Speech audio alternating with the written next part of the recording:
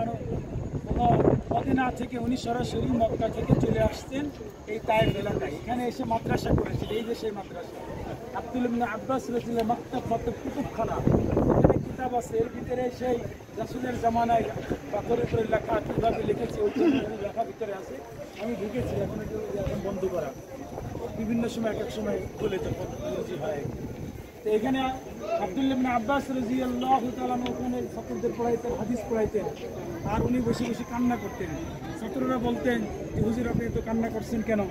তখন আব্দুল্লাহ ইবনে আব্বাস রাদিয়াল্লাহু তাআলা বলেন যে আমি আমার হায়াতে জিন্দেগিতে যত হাদিস আমি পড়েছি সব হাদিসের উপর আমি আমল করেছি, কিন্তু একটা হাদিসের উপর আমি আমল করতে পারিনি, এই জন্য কান্না করছি। তো সেই হাদিসটা কি? সেই হাদিসটা হলো আল্লাহ রাসূল বলেছেন যদি কারোর বাড়ির দরজায় যায় আর সেই ওখানে যে সালাম দিবে, সালাম দেওয়ার পরে যদি দরজা খুলে দেয় তো সালামের জবাব, এইভাবে একবার সালাম দেওয়ার পরে যদি দরজা না খুলে তো দ্বিতীয়বার সালাম দিবে, আবার যদি দরজা না খুলে তো আবার তৃতীয়বার সালাম দিবে।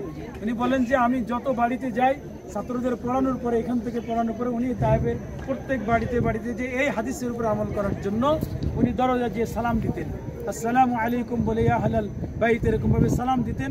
কিন্তু একবার সালাম দেওয়ার পরে দরজা খুলে দিত, দ্বিতীয়বার সালাম দেওয়ার পরে দরজা খুলে দিত, তৃতীয়বার সালাম দেওয়ার তার সুযোগ হয়নি আর।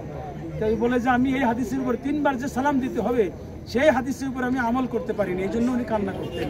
কান্না করতে করতে এক পর্যায়ে ওনার চোখ অন্ধ হয়ে যায়। আর এখান থেকে এই যে মসজিদ, ওনার মসজিদ আব্বাস বলে, এখান থেকে উনি নামাজ পড়তে যেতেন। অন্ধ হয়ে যাওয়ার পর ওনার একজন খাদেম ছিল, ওই খাদেম ওনাকে ধরে নিয়ে মসজিদে নিয়ে যেতেন। একদিন হঠাৎ করে খাদেম আসি নেই, আব্দুল্লাহ ইবনে আব্বাস রাদিয়াল্লাহু তাআলা কান্না করতেছে আল্লাহর কাছে, আল্লাহ নামাজের সময় হয়ে যাচ্ছে, জামাতের সময় হয়ে যাচ্ছে, আমার খাদেম তো আসে না, তুমি আমাকে নামাজের মুহূর্ত সময় আমার চোখকে ভালো করে দাও, আমি নামাজ পড়ে আসি, পরে আমাকে অন্ধ বানিয়ে দিও। এরপরে এটা বলার পরে ওনার চোখ ভালো হয়ে যায়, উনি শুকর আদায় করে সিজদায় পড়ে, সিজদার থেকে উঠে দৌড় দিয়ে উনি মসজিদে যায়, এই যে সেই মসজিদে আব্বাস, ওখানে যে উনি নামাজ পড়ে আবার এই মাকতাবা যখন আসে ওনার মৃত্যুর আগ পর্যন্ত ওনার চোখ ভালো ছিল। সুবহানাল্লাহ। ওনার মাকবার আছে, কবর আছে, আমরা জিয়ারত করব। এরপরে মসজিদের ওখানে আছে, মসজিদের ওখানে মহিলাদের জায়গা আছে, পুরুষদের জায়গা আছে। পুরুষরা ওখানে মসজিদ যদি খোলা থাকে তাহলে 2 রাকাত করে আমরা দুখুলুল মসজিদ তাহিয়াতুল ওযু আমরা নামাজ পড়ব ইনশাআল্লাহ।